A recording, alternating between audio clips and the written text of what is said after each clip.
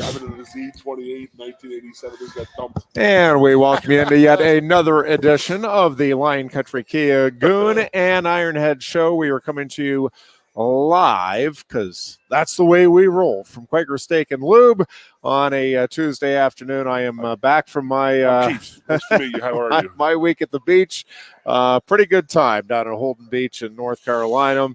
And sorry, we're a little late because I am trying to get caught up on everything with the family business, and it's going to take. I feel like it's going to take a month to catch up on the week that I missed with everything, but getting there. But it is nice to be back too. I always do love getting away. Obviously, nice to just have a little downtime and relaxation with the family. But it is nice to get back and kind of get back into the flow of things as well as we head toward football season, and that's what I'm focused on. I watched a little bit of the hockey, and I tell you, the Lightning. Look good, man. Here's the thing about it, though, right? It was a great one game, and everybody now is like, "Oh no, it's all the Lightning." It's one game. Yeah, I mean, so we'll see. They definitely were very impressive, very sharp last night, but we'll see. I still would not be betting a whole lot of money that it'll be tapping the Stanley Cup Finals. Obviously, if you pin me down, what do I think? Yeah, I think the Lightning will win it now. But it's been a fun, aside from the Penguins losing, I mean, it really has been a fun playoff season here in the NHL, but football, that's where it's at for me now. Baseball is just so doggone frustrating right now that I can't even I just can't stomach the beloved so I got a tweet, Buccos. a message the other day. They said that they're going to call it the Pittsburgh Pirate Diet. You can't eat until they win a game. So on the day that they win. So Jeff Powers, obviously the manager of Quaker Steak and Lube, said you wouldn't have eaten for 11 days in the last couple weeks. That would have been rough. You'd have lost 110 pounds. I mean, that's what we need to do, Ironhead. Yes, true enough. So, but that should be the diet I'm on. Besides the hockey, I mean, the basketball is going on right now. I mean, Coach, how the Sixers do? When do the Eastern Finals with the Sixers and Bucks start? Game one of that series should be coming up here pretty soon. Booch texted me the other day. He's like, you know how lucky you are you're not a fan of the Philadelphia Sixers and the NBA? I said, yeah, I'm sure I am, because I actually watched the game the other night with a bunch of guys and stuff like that. Yeah. And I just don't understand the game anymore. It's so unbelievable. Neither does Ben Simmons, as it turns out. Yeah, so. I mean, I have no idea. I've never seen anything like that. In the fourth quarter, Ben, is when you want to go ahead and take those shots. And did you ever see anything like that in your life? No, and I still have not watched any of the actual series, but I'm obviously watching the highlights and seeing the. But yeah, he's that afraid of a free throw that he gave that dunk up because he was afraid he was going to get fouled. Yeah, it is truly bizarre. Yes. And his number, we talk about, and there have been a number of folks who have done, analyzing where it's like, in your mind, Jordan never missed a game winner. Of course he did. Like, you don't play in that league for the length of time. He missed lots of them, as has LeBron, as has any great that you name. But a couple of things. One is those guys, if you look at what Jordan's numbers were, and he was just consistent throughout, but his numbers in the fourth quarter were out of this world, right? That's when, that's when it was clutch. And same thing with LeBron James. And listen, I don't consider LeBron James as great. And listen, in fairness, again, I'm not watching I'm not watching at all right now, and I haven't paid attention since Jordan retired very closely at all to the NBA. So, take my opinion with a huge grain of salt. But I've seen enough of LeBron just, lackadaisically coming up the court or taking, and I'm sure you can go back and find some moments where Jordan did that. I think they were few and far between in the playoffs. And, that's not the case. I don't think Jordan was walking out on his team with minutes remaining in any game either. So, in my mind, Jordan will remain the greatest until I can't even imagine no doubt about that. what it's going to take to surpass him, at least in my mind's eye. LeBron is bigger, stronger, faster than Michael Jordan, but I think that it would come down to a test of wills when it comes to head-to-head. Yeah, and I think that we all know who's going to win that. I mean, but physically, LeBron is a better. But the great ones rise to the occasion, and as you said, want the ball in that situation. They're not afraid to take the shot. The thing with Simmons is not only does he appear to be scared to death to just go ahead and play, but the other thing is, if you look at his playoff numbers versus the regular season, I mean, it is a significant drop-off, in particular with the free throw shooting. I mean, I forget what the percentages are. You can obviously look them up, but it's 4 or 5% that he normally is, which is obviously not great from the free throw line. But it's like, it's in the 30s. I want to say it's like 34%. I mean, it's just ridiculous.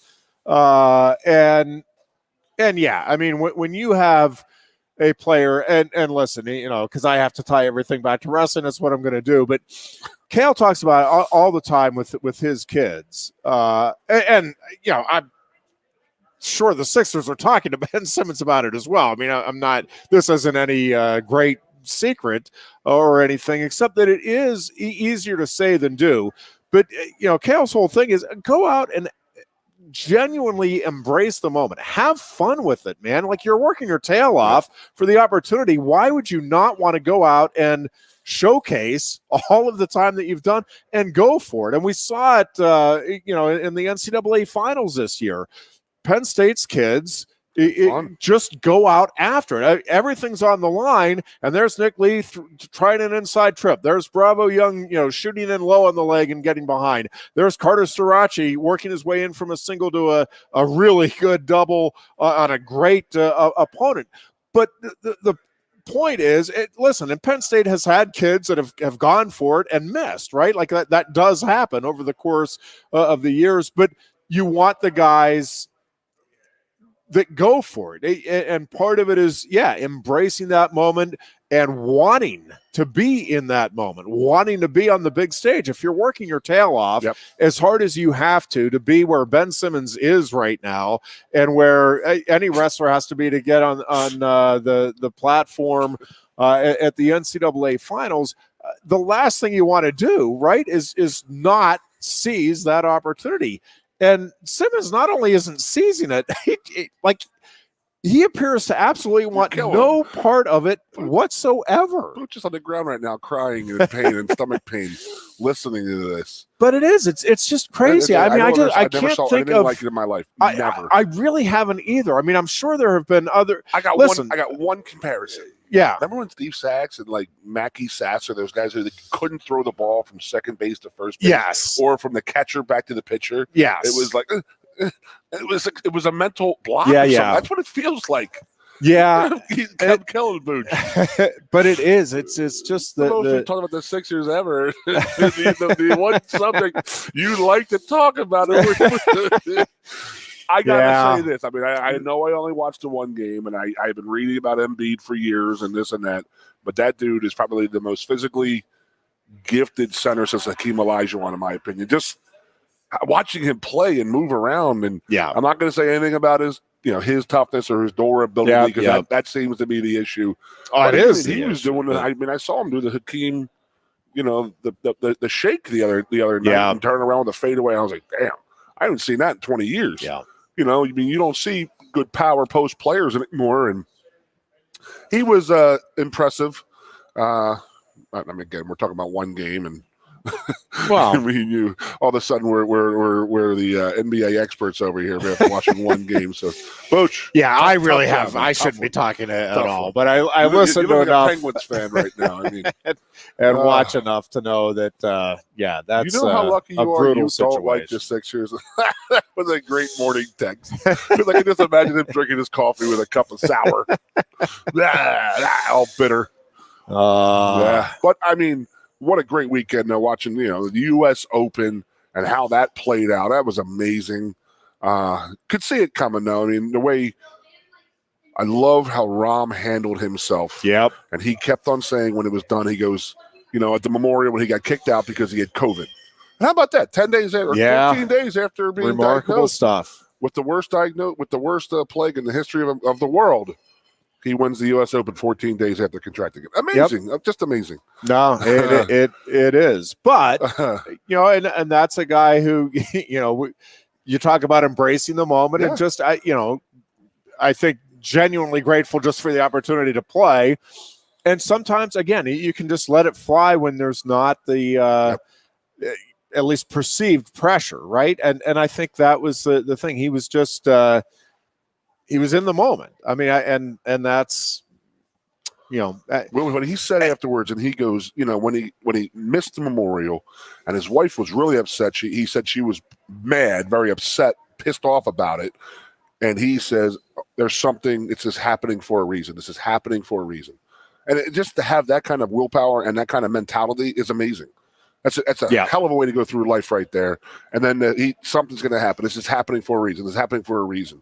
I don't know. Maybe he, that day or two off to just sit back, relax, be cool and calm. I mean, I don't know. Did it help him in the U.S. Open? But those two putts to end it were just absolutely amazing. And what a freaking awesome way to end it. Yeah.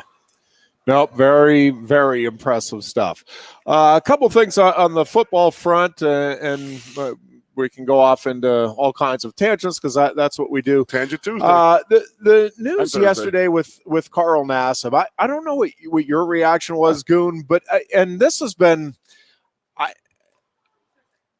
what Carl Nassib said. He wishes, he hopes that we get to the point where the reaction is that this is. That's where I'm at. I don't think. Yes, I really don't think. Listen, if this had come out in the 80s when I was in high school and starting college, yes, this would have been huge news and earth-shattering, and we would have been talking about it. And listen, we're talking about it here, truthfully, primarily because it's a Penn Stater and because it is historic in that it's the first. Known, obviously not the first time it's happened, but the first time that an openly gay player will be suiting up in the NFL this fall. But more so because it's a Penn Stater that's making the news with it. But I've said this for years, and people have. I got raked over the coals for it one time, which I just is hilarious in retrospect. And this is going back probably a decade. My comment at the time, and I'll say it again here, and then I'll tell you what the criticism was and why it was so ridiculous. The criticism. For me, being gay, it's one of those things where, and again, I'm just giving you my personal take on it. And what I compared it to at the time, probably 10, 15 years ago.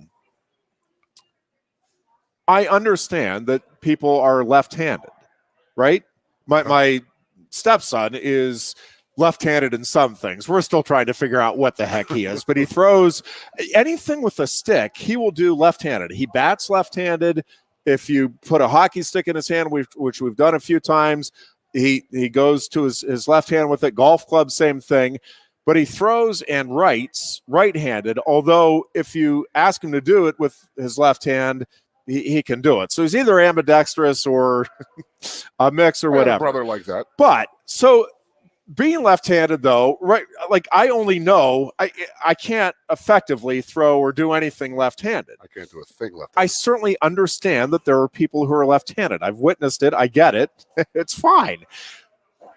So for me, homosexuality is like that. It's weird to me because I don't see how you could look at like a Sports Illustrated swimsuit issue and find that remarkably appealing as a heterosexual male. But the fact that you don't and that you have, I don't care. That's cool. I like it. It just, and I think as you said, I think the majority of society is there. It's like, well past. Yeah, that's fine. And I think the NFL is well past. I think sports in general with. Yeah, I mean, what is truly general, remarkable about this to me is that we did not have somebody come out earlier. Yeah. Right? Given I completely agree. all of the movement over the last 10 to 20 years. Yeah. I mean, I don't want to go down the 4-letter network path here, but like the Made for Love TV drama they had with the Michael Sam thing about drafting. Yeah. I mean, that was insane. Like, come on, guys. Like, they knew he wasn't going to play in the NFL. He was drafted because he was homosexual, I believe, because it was a made-for-TV movie, in my opinion. Now, with a guy like Carl coming out as a 7-8 year veteran coming out and saying I'm a homosexual, I mean, you think that people are like, oh my god, like they're gonna like. I think that the media thinks that the world is gonna completely go into an uproar and this and that. I mean, you read half the people online making comments that are derogatory. They're just trying to get rises out of people. But you read, Roger Goodell, you read J.J. Watt, you read James Franklin's response to it, Saquon Barkley. I mean, it's not looked down upon. I just don't. I just think the media is trying to just make this into a story because it's a dead time right now, and it's going to be a huge thing in their opinion. But I don't think the world in general, the sports world in particular, I don't think it's okay. How's this sound? Yeah, I think he's it's the first openly one. Yeah, if you think he's the only gay guy in the NFL, well, no, and there have been plenty of guys who have after retiring have come out. So that's a fact. And again, you just you play the odds right on just in all sports, right? I mean, all of these sports have been at the professional level for well over a century. Well, yes, at some point in that century, there have been several individuals who have come through. Like that's not a hard equation to figure out. The media is still trying to push this hard meathead NFL mentality. They think, oh, it's all men in here and this and that. I mean, the players have not grown up like that. I'm sorry, and they don't have these. Yes, you're going to have the idiots and the meatheads and stuff like that, but the majority of NFL guys, it's not looked down. I mean, I don't think that it's looked down upon at all. Yeah, it's a way of life. It's a part of life. I mean, they've grown up around it where it's not really an issue. Yeah, and it's just one of those things. Again, exactly. There's just few things I care about less than other people's sex lives. I got, I have enough on my plate than to worry about somebody else's proclivity in the bedroom. It just is not of interest, in any way, shape, or form to me.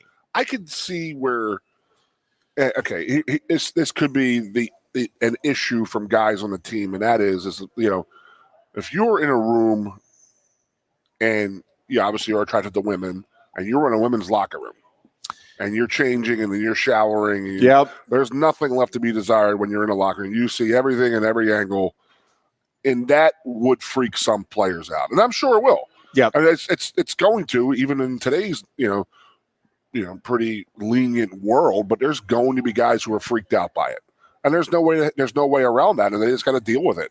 I mean, what do you do? I mean, it's you know what I mean. You know how I'm saying. You know what I'm saying? Like, and that's the one thing, and we had a discussion about this, and actually, John Amici was on one of the national talk shows, and was discussing this again. This is going back a number of years, and his answer just still does not make sense to me. And I love John Amici, and this has nothing. But what he said is, listen, it's a professional setting, and so it's not as though I'm leering around and looking. And to some extent, I get it. But listen, you are, to your point, if you put me. If you put me in a woman's locker room, right? Okay. And you said, listen, you need to act professionally, man, I absolutely will. But if you don't think I'm going to be taking some glances and taking note that, man, that looks pretty good to me.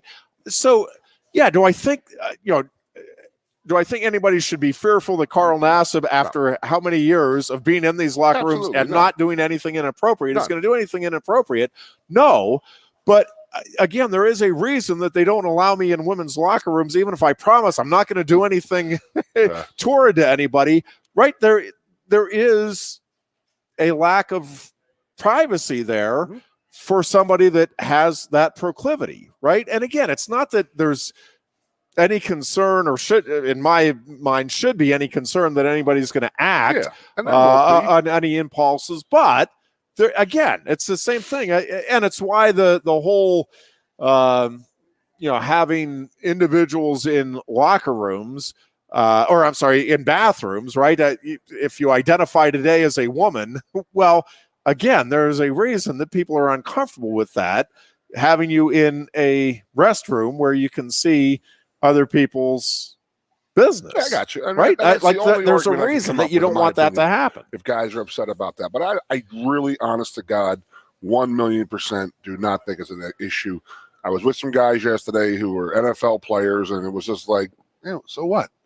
I think that's largely overall. It was like, okay, well, whatever. It is what it is. I mean, okay, does that, bottom line, I mean, it's like, in race relations anymore right now, it's like people of color versus white people, this and that. It's like, dude, I don't see that. If you're a piece of crap, white, black, green, yellow, you're a piece of crap. If you're a good person, same color, white, black, green, whatever, you're a good person. Yeah. If you can play football, and that's what they want him to do. They don't care about his politics or his sexuality. If he can play football, he can play football.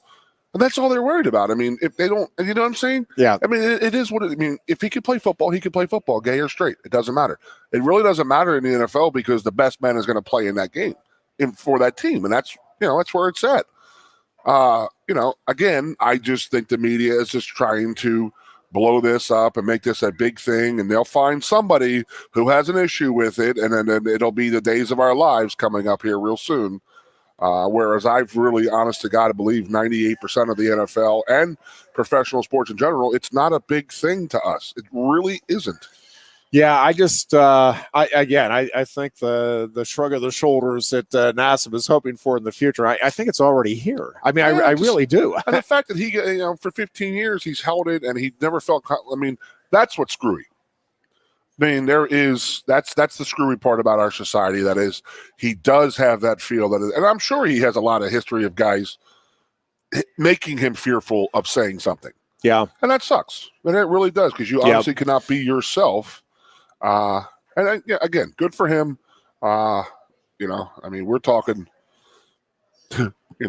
just any kind of, what we say, Booch, just sponsorship and deals coming out. I mean, as the first openly gay NFL player, but that's going to open a lot of doors, in my opinion, for football. It really will. I completely agree. But if he felt uncomfortable saying it for years, and he finally came out, and that's on him. I mean, good for him. He probably feels so much better today, and the way the NFL and society is reacting, I think that he probably is floored by it, because he probably thought it was going to be a lot of backlash, and I haven't seen any kind of backlash as of yet. Yeah, and I don't think I think you're right. I don't think there's going to be in broad terms. But they'll find somebody. They'll find somebody. Well, and listen, there's always going to be segments of society. Again, it's just one of those things that I just there's just very few things I care less about than anybody's sexuality. There's a lot of things Can they play basketball? Can they play baseball? There's a lot of things that I will spend time and that I probably shouldn't be concerned about. This is just not one of them. I'm just not the least bit interested, affected, concerned about, again, anybody's sexuality or what they're doing in their bedroom on their own time. The society is coming we're to this point in society right now where he feels comfortable doing it. And then secondly, that there is no backlash from it. It's pretty awesome. As you said, I think if anything, he's going to get some additional opportunities here. And the cool thing is too.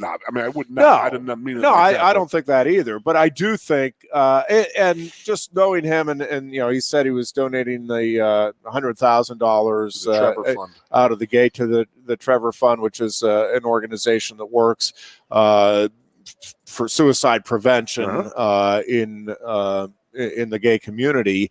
And I think my guess is as those opportunities, and they will come in here for Nassib, that there will be additional he bought light to the donations. subject. Didn't James Franklin donated him and Fumi donated $10,000 today to that fund. Yeah, I mean that's and it's a great fund. Yeah, great organization, by the way.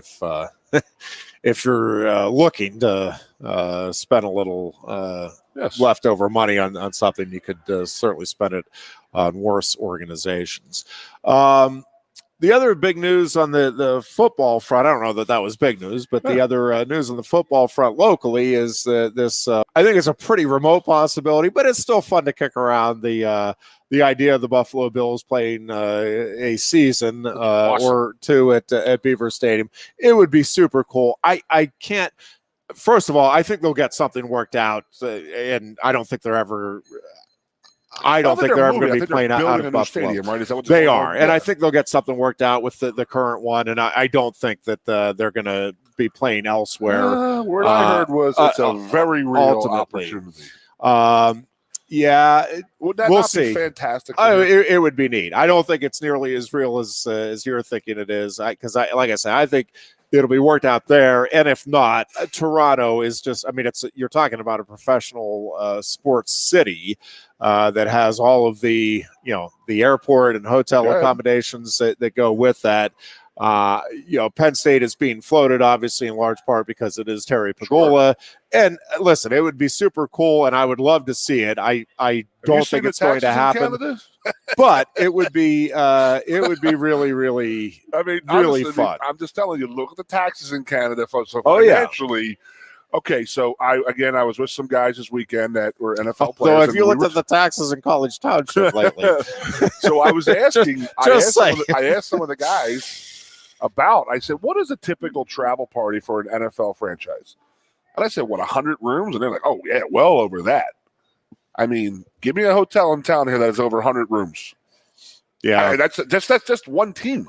Right. So you have to have two of those that have 100-plus rooms. Then you got to add in the fans. I mean, it would be a wonderful opportunity for Center County and for State it would College. Be super, super cool. There's a lot of kinks that got to be worked out in regards to putting the players up, security and stuff like that for the teams. That being I don't know if you've ever said, seen an NFL team travel, but I mean, it looks like an army moving in with the security that goes in there and protects players. And it's the night before a game, so they don't want any kind of bullshit going on. They're going to be go to dinner protected, go upstairs, go to their rooms and have their meetings and all. Right.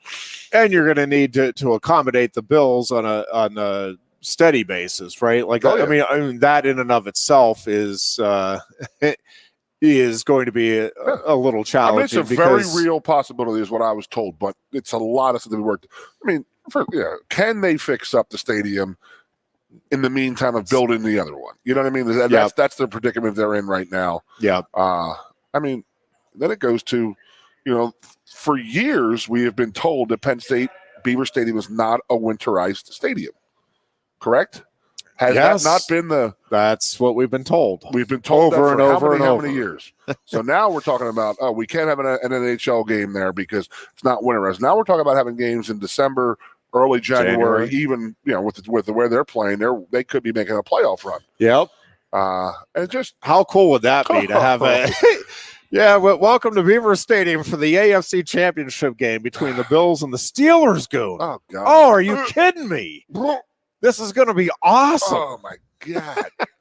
So I thought about this. I mean, you figure Bill Stadium is maybe 70,000. Yeah. So I just thought, I mean, they won't do 107 here. Do you think it'll be the largest NFL Absolutely. Regular season crowd, right? I just think that they would the north end zone, the original upgrade of 91, the overhang. I think that they would just close that, and that's 20,000 seats right there, right? Yeah, I don't know if because why wouldn't you take advantage of the possibilities? Well, here. I mean, if you're the Bills, listen. If this were to happen, let's play out the hypothetical and have fun with it, because it is. I mean, it's at least a possibility right now. I think you would leave. Why would you not leave it at 107,000 and try to fill it? Because I think you would fill it, don't you? I mean, I know it's not we're not Bills fans per se. Yeah. Although I got to tell you, there are more Bills fans in this area than I think maybe many would realize. I mean, I know three diehards, three diehards that are But I'm telling you that there's a significant, it's not the numbers that the Eagles and Steelers are obviously locally, but there is a significant contingent just here in Center County. But I'm just telling you, the opportunity to go to NFL games. Yeah. So I think you're going to have a fair number of Buffalo fans that would make the trip down. There's no doubt for regular games. But I think you're going to pull from within Center County. I think you would get 10,000 easily per game, even with the numbers that we're talking about here. In terms of money for NFL tickets and everything. But then just for the novelty of it, right? You're going to get families in Harrisburg saying, yeah, I'm going to come up at least for a weekend, if not a couple. I'm a Dolphins fan. I'm going to come. Sure. And, but again, just to go see an NFL game in essence, your backyard, I think you're going to have people all throughout central Pennsylvania. But I also think, again, you're going to have Steelers fans, if they're out of town and the Bills are playing at a different time, say, you know what, to see an NFL game at Beaver State, if you're a Penn State fan, I'm talking about, and a Steelers fan, yeah, you're going to come up and check it out if you have the opportunity. Same thing with Eagles fans, if you have the opportunity. Friday, you'll watch Penn State, Ohio State on a Saturday, and then Sunday you're watching the Bills Patriots. How about this? No, and tax on upper deck seats to all the home football weekends. And splits it with the Bills. That's found money for both. There you go. It's a win-win. So I'm just sitting there. I mean, I love the idea. I absolutely. I would love to see it. We're playing. Just say we're playing Ball State. Yeah. There's 107,000 people here. They're going to have the hotels cleaned out. Where are the Bills fans going to spend Saturday night? Right. I mean, you're going to have to – there's going to be a lot of maneuvering going on where they can't be playing at home, and both teams cannot be home. Like Penn State's not playing Saturday and the Bills playing Sunday. That physically cannot happen, right? I don't think so. Right? So you got to spend 2 nights in a Penn State hotel for a home football game. Where are the Bills fans? I mean, I know they can come down, but you're still going to have a ton of them. Say you have a Dolphins fan coming up. I mean, were they going to fly in somewhere? Yeah. I mean, there's a lot of stuff that could be But, I mean, that's just the fun stuff, just talking about it. I mean, imagine being 15 beers deep talking right now. I mean, I thought about the table revenue that Walmart and Lowe's and Home Depot, the tables that the Bills Mafia just smash all the time. I mean, they would skyrocket in Pennsylvania. No, it would be super, super cool, super fun. Casino. Although on the other side of this, right, regardless of how this plays out, and we've talked about this for a number of years, but they need to be getting NFL preseason games at Beaver Stadium, right? An Eagles Steelers game, a Steelers whoever game, a Bills. I mean, with the Pagula, I'll always give you the argument. I'll give you. Somebody has to give the home game up. Yeah. And the owners aren't doing that. It's free money for them. Yes, yes and no, but because of what we just talked about. Again, you're going to fill those season ticket holders. You can tell them, listen, this is a special opportunity. Those tickets will be valid if you go to Happy Valley, but you're going to be able to sell an additional how many tickets for this game. I think because of the seating that you can get that revenue back. And I think for the novelty of having that opportunity to let your guys play at Beaver Stadium and for Penn State to have that opportunity to have an NFL game preseason or whatever. Another aspect, just in Center County, you have Eagles Steelers fans who they really can't afford to go down to Pittsburgh or Philadelphia, spend the night, go to a game, and then come home, or even just go down and buy tickets and then come back. That's an expensive day. It'd be pretty cool to be able to watch the two teams play. No, and if there was a Bills-Eagles game or a Bills-Steelers game in that season, right, at a Buffalo home game, I mean, Good Lord. It would be Let's look for Ohio our own State team. weekend on steroids in terms of trying to get the tickets and the Let's just buzz look to get in the area. We should just buy our own NFL team, the state college NFL team. There you go. Yeah, perfect. Bang. I'm on board. No, I got $50 it would towards the sale. It would be pretty cool if it would ever happen. I mean, you're talking. We talk about $10 to $12 million a weekend that's bought in on a home football weekend, and you're going to add in an NFL team coming in again. It couldn't be the same weekend. You're going to say at least $5 million, $6 million. I know college is a little bit more rabid with people going away for weekends than the NFL, in my opinion. I think the NFL is like a Sunday thing and then in and out. Yeah, but $5 million to the local economy, that's pretty damn good. 8 times a year. Yeah, that's a quick $40 million. I think that's on the low again because of the novelty and the I think it would be through the roof in terms of the excitement and the impact and all of that. I even got one. I would love to see it. I'm not nearly as optimistic as you are, but I mean I'm rooting for it like crazy. Sure. I think when I first heard about it, I'm like, are you kidding me? That would be. I mean, do you just put it past Terry Pagul to just say, I'm going to put up 2 hotels? I mean, there's a guy who can just walk in there and say, I want to build 200-room hotels, one 15 miles away and another 15 miles the other way. Well, and the thing is, they could also, you can accommodate between 2 hotels. I mean, I know this wouldn't be ideal, but like, the hotels that are off of Waddle Road there, right? Like you could, if they wanted to, I mean, NFL teams, hey, we're taking these 2 hotels for the Bills could make that their home venue. Yeah. Thing. I got you. And then, I think there's enough hotels that are close to each other. We have the amount right. I just don't think we have the size of the hotels that they're looking at. I think you are correct about that. And I think and it's got to be, I'm not going to lie to you, the NFL, they don't travel to 3-star hotels. Right. I mean, they stay at the Lowe's. They stay at the top hotels in every major league city. Yes. But it would be cool. Oh, it would be so cool. About it. I mean, I don't know if I would leave the parking lot.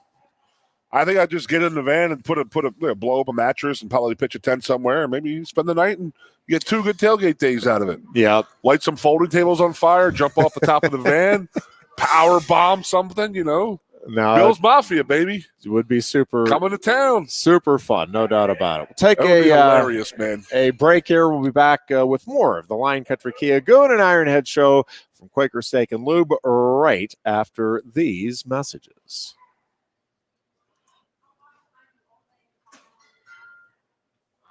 The State College Spikes are home for 3 straight nights starting on Tuesday. The Mahoning Valley Scrappers come to town for a trio of 6:35 p.m. games starting with $2 Tuesday. Then it's free Nurses Night on a Wine Wednesday. And you can bring your 4-legged friend to Bob the Baseball Dog's retirement party at Bark in the Park Thursday. It's 3 straight nights of fun starting Tuesday. For tickets, call 814-272-1711 or buy and download at statecollegespikes.com. Lion Country Kia is offering exceptional deals on your new Kia during Kia's Command the Season event. We have a nice selection on the 2021 Kia Sportage with various options and prices as low as $26,800, saving you $3,000. Or if you demand big power and towing capacity, slip into one of the 2021 Kia Sorrentos available on our lot, starting at $32,680. Discover why Kia drivers throughout the area come to Lion Country Kia or visit online at lioncountrykia.com. Quaker Steak and Lube is throwing open the garage doors and setting up the umbrellas. It's patio season. Come enjoy great food, drinks, and fun in the sun. There's always something happening at Quaker Steak and Lube, but we're really amping up our event calendars for our favorite time of year. Visit thelube.com to find out what's happening at your local lube this season. Lunch, happy hour, dinner, or late night, indoors or outside, at Quaker Steak and Lube, you'll always find big flavors, friendly faces, and lots of fun. Hi, Johnny Broom here. If you're in the market for a new Hyundai or a pre-owned car, truck, van, or SUV, nobody beats a Blaze Alexander deal. But don't take my word for it. Hey, Goon says tell him Johnny sent you. Hey, tell him Johnny sent ya. Tell him Johnny sent ya. Wait, Tell them Juan or tell them Johnny sent you. Tell him Johnny sent you. Here at Bill Pickle's Tap Room, we say, Tell him Johnny sent you. and remember, Hey, kids, welcome back to the big show. Hi, how are you? On a wonderful Tuesday here in the Valley of Happiness. Penn State football, Goon, regardless of what does or doesn't ultimately happen with the Bills down the road here, as we start getting closer to the season, I am, we've talked about this before, but I am just so stoked about the start of this season and that opening 3-game stretch and the possibilities, even though, as we were talking about earlier with the Sixers, I mean, you've got to embrace the moment, right? I mean, the moment is coming, whether you want it or not. And if you're Penn State, I mean, you just have to be, and I think these kids will be, right? And even if it doesn't go well, like having the opportunity to start the season with wins over Wisconsin, Ball State and Auburn, but Wisconsin and Auburn with major national implications. It is just a cool opportunity. And, the more I've been talking to, obviously we're kicking around how things can play out and all of the different things that can happen. And there's concerns, even though I think it's absolutely a good hire and the right hire with an offensive coordinator. Still a new offensive coordinator, another system change here, mild or otherwise, still a system change for the kids on this team. But it is a pretty veteran team, which is we have not said for a while here at Penn State. Still a young, I guess I should experienced. A young, experienced team. Still a lot of juniors and sophomores on this roster, but it's also a lot of guys, at least in the starting rotation, and that'll be rotating through, that have had, if not starting experience, in most cases, certainly significant playing experience. And I do think when you're facing this type of early season schedule, that is important, right? I think having a quarterback, regardless of the success or lack thereof, a quarterback who's been through it now and has an understanding, a better understanding of what to expect, an offensive line that's, has guys that have been through it. I do think that this is, I think this is going to be, again, just a really neat opportunity, but I think Penn State is positioned well, I guess, to handle what is going to be thrown at them right out of the gate. Right out of the gate. Everybody knows, whoever played football, that defense progresses much faster than an offense. So we're going to have growing pains in offense. This is our third offense in 3 years. Yep. So this is Clifford's third offense he's had to learn. So there's going to be growing pains, absolute growing pains. So you got to hang your hat on the defense right now. And then I'm okay with that. I mean, they have Brett Pry there for a long time now. People know the system. We got a lot of good players in there. I'm okay with how this season's going to start up. I mean, I don't like how people are overlooking Ball State, because it is an easy game to overlook, and you have said this. Yep. You go to Wisconsin and Auburn, and you're like, all right, you beat Wisconsin, you got a lot of mojo going, and then you can easily overlook Ball State. Ball State won the MAC last year. They completely replenished their roster with fifth-year senior guys who got the extra years. Yep. So they're going to be ready to go. I mean, we need to watch. And if you don't think they're salivating over the opportunity again for Super Bowl, right? I mean, every MAC school relishes the opportunity to knock off a Big Ten school, but I mean, this is, one of the few times where I think it is a legitimate possibility. In part, again, because of where that game falls, it is just such a dangerous spot for Penn State. And again, Ball State's going to come in here truly believing that they can knock Penn State off, and again, relishing that opportunity, wanting to step up and get that chance. So I'm with you. I think it's a really dangerous game. It's going to be so big. I don't think people realize another one. People realize, but it's a recruiting thing. Wisconsin's coming to Pennsylvania, taking some pretty talented freaking kids out of here. No doubt. We got to stop that from happening. The only way to stop that from happening is kick somebody's ass. is get somebody, you go out there, beat Wisconsin, and then the kid's going to be, you're getting recruited, and the offensive line coaches recruit you, and he says, well, where are you looking? Wisconsin and Penn State. I'm looking at you and Wisconsin. Well, we kicked Wisconsin's butt last year. We killed them. Why do you think about going there? We're on, that's just how we're going to have to do that. Yeah. And then, Wisconsin needs their nose snubbed a little bit for doing that, for coming in the state college or to the state of Pennsylvania and taking, Nolan Rucci last year. I see a kid from out west, a 5A wide receiver is going to go to Wisconsin. Yep. And you're just like, man, we're losing too many kids out there to Wisconsin. I can see Ohio State, I can see Michigan, but we're losing the kids to Wisconsin. That's not good. So we gotta end that pretty quick. So, I'm looking forward to this season like no man's business. One, we're allowed to tailgate again. I don't know if you realize that I do like the tailgate. I heard a little something about that. Somebody was talking about it. But I am looking forward to the season because I haven't been to a stadium in 2 years. Haven't listened to the crowd going crazy. I've been salivating for 2 years to get back at it, and it's getting close, and I can't freaking wait. Yep. I'm with you on all counts, and I just think that for this Penn State team, again, it's going to come back down to the same old thing we keep talking about. Offensive line, it has to be big time. I think the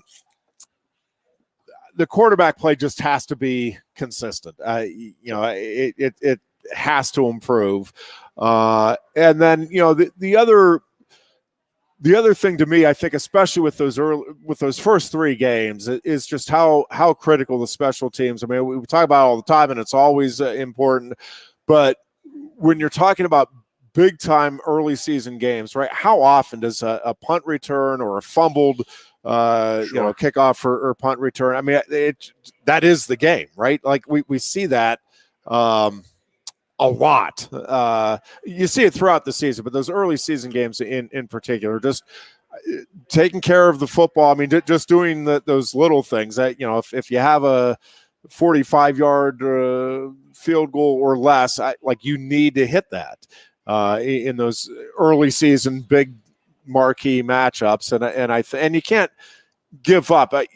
You want to take advantage of those hidden yards, but you can't give up the hidden yards. That to me is even more critical. So, again, not turning the ball over on those plays, cashing in when you have the opportunity, and then not, preventing the big mistakes is all part of the equation when you get into those early season games. Big time Colin matchups. Coward always talks about the senior-laden team who can handle that. Yeah, who've been through the ringer, and they know the little things of a turnover or a punt return or a kick return or kick coverage, because you can't practice that stuff live during preseason because guys get hurt doing that. So you don't want to be going live out there. So a lot of those preseason, a lot of those early games, this is the first time that these guys are actually going down and covering kicks. So you got to have an older team guys who've actually done that possibly for a year or two before. So that always plays in a lot into it. But yes, it's the same. What is it? Conundrum. Chris is the word. Good job. Is it the Chris? Okay, that's a Pooch related. That's a Pooch word. It's the conundrum that the same thing we've been going through for 10, 12, 15 years now, 20 years, and that's the offensive line is again the key to how this team is going to go, especially early on. Yep. And the other thing that we should discuss today and haven't gotten to yet is the Supreme Court with the NCAA. I am going to be curious to see. I mean, the NCAA, as we've been talking about, is doing everything it can to pivot and make itself still relevant and still to have at least the appearance of being the ruling authority of college athletics. I am going to be interested to see. This feels to me like the beginning. Truthfully, the beginning of the end of the NCAA as we knew it has already occurred, and really the end of the NCAA as we knew it has already occurred. Whether people recognize it or realize it or not, I'm with you. That has already occurred. What I'm curious to see now is whether or not the NCAA and the conferences and the in particular the 5 power conferences and the schools there, if they say, yep, you know what, we can just revamp this enough to make it work, or whether they say, you know what, yeah, we're going to kind of start over here. We've got this. We can govern. And which, again, in theory, the NCAA all along is right. I mean, it's the member schools getting together, and in theory, that's what the NCAA is. They're already governing themselves. But that wasn't what was really happening for a number of years there, for a couple of decades at least. Now the power has obviously clearly completely gone back to the Power 5 conferences, and with the Supreme Court ruling and with the way everything is going. That was a devastating. Did you want me to bring that up for you? Go ahead. Oh, wow, I got it. So what the presidents had said, not the presidents, but the federal court, the Supreme Court, excuse me. I will find this on my phone real quick. And then it was definitely a slap in the face of of our boy over there at the NCAA. It was fantastic. And by the way, this wasn't, if you haven't been following the case, I mean, this was 9-0. Like there was not a leg for the NCAA much better voice to me, Jeffrey, to stand on here. So is this the actual ruling? This is the ruling. Okay. Yeah, to be fair.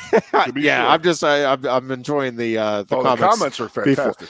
To be sure, the NCAA and its member colleges maintain important traditions that have become part of the fabric of America. Game days in Tuscaloosa and South Bend, and they meant to say Penn State College. Sure. The packed gyms in stores in Durham. The women's and men's lacrosse championships on Memorial Day weekend, track and field meets in Eugene, the spring softball and baseball World Series in Oklahoma City and Omaha. The list goes on. But those traditions alone cannot justify the NCAA's decision to build a massive money-raising enterprise on the backs of student athletes who are not fairly compensated. Nowhere else in America can businesses get away with agreeing not to pay their workers a fair market value on the theory that their product is defined by not paying their workers a fair market rate. And under ordinary principles of antitrust law, it is not evident why college sports should be any different. The NCAA is not above the law. And Mark Emmert just got bitch slapped in front of the Supreme Court. That is how Mark Emmert is still in any position of authority is truly one of the astounding stories in the history of the world. I'm with you. You are talking about. I don't want to get carried away because, listen, we get carried away. The commissioners, but listen, commissioners in all sports, right, get bashed. When's the last time a commissioner, even beloved commissioners, they get bashed all the time because nobody thinks. I am telling you, though, that in this case, Mark Emmert is truly an unaccomplished buffoon. And how he is in the position that he is in is, again, to me, just one of the great, truly unbelievable accomplishments to have somebody that is as buffoonish.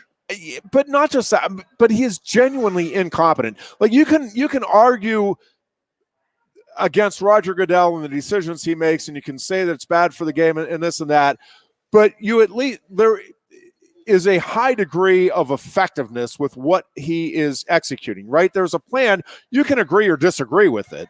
And many parts of it I would disagree with Roger Goodell, but he is implementing a plan that has reaped huge benefit for the National Football Leagues and the owners, right? And even the players. I mean, whether or not it's being cut up properly and whatever, divided up properly in terms of whatever. Roger Goodell is a smart man, knows what he's doing. And again, the argument is whether or not you think it's the right thing and particular issues that you can bring up and get on either side of. Mark Emmert, I'm telling you, if you look at even just the words he says, and the Penn State case is a glaring example of it, of just stunning hypocrisy, stunning turnabout of position on, again, it was weeks before, I think it was a couple of months actually before the sanctions came down. Mark Emmert was on a PBS program and was asked about the Penn State case and said, listen, as horrific as we think it is, it's not an NCAA case. It is a criminal case. And he was right when he said that, by the way, to PBS. And then there is example after example of this. But above and beyond that, he is one of the most ineffective leaders in a position. It's not that I disagree with him. It's that he is not he is not leadership material in any way, shape, or form. And again, I can take issue with Gary Bettman and things that he does. I can take issue. Professional. But these are guys who you understand at least why they're in the position. Again, you can argue whether or not you think they are the right person because of the stances they're taking. Mark Emmert, I just don't know how anybody can stand up and say, no, this is the guy that needs to be running the governance of college athletics. It's beyond laughable. State, Michigan, on all of these. Well, he has so many. When's that coming out? He has so many, and part of it is that he has his own significant character flaws, which have been on display from his earlier days in college education and athletics. So, sure. Anyways, way off on a tangent.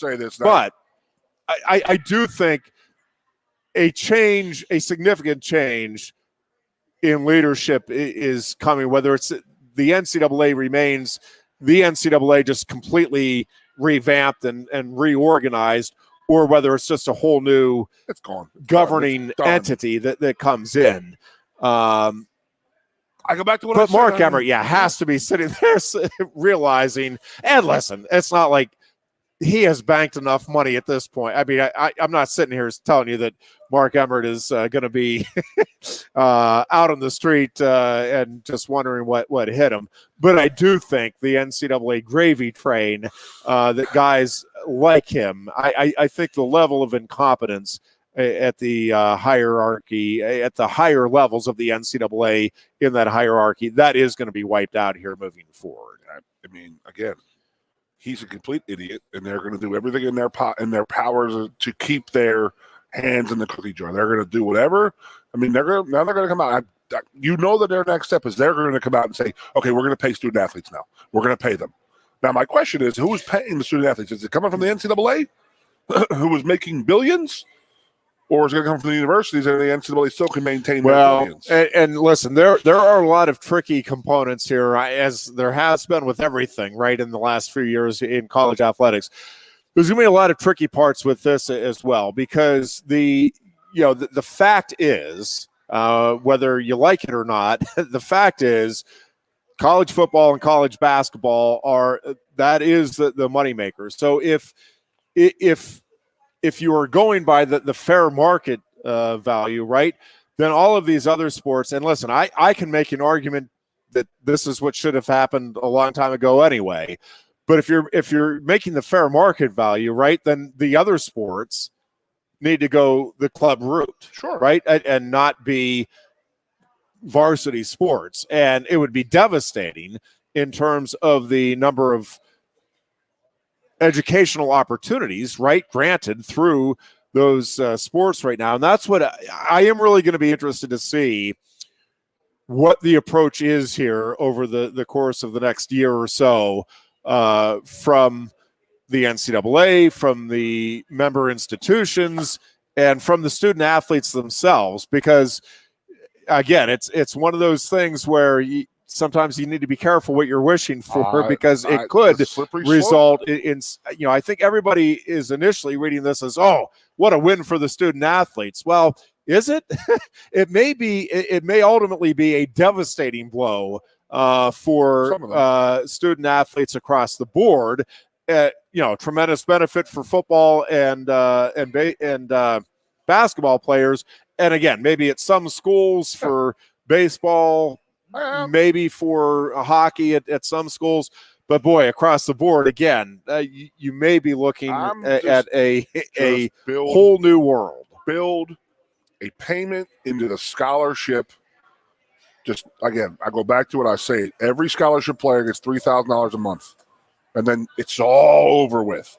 Then you're not dealing with any other bull crap. I mean, I know field hockey, women's lacrosse, and it's going to cost money. But the NCAA, why are they? But are not you saying paying $3,000 across the board for all scholarship All athletes? scholarship athletes. That's not happening. Not okay, happening. How is You're going to have a $40 number of billion? these schools saying, "All right, goodbye where it's to gonna go. 16 of the programs." Well, that's what's going to. I mean, So were you going to say that football and basketball players get that kind of money, but then other players? And I know it's about fair market value and what people bring in and stuff like that. well, that's what I'm saying. I'm just trying It's to keep it fair.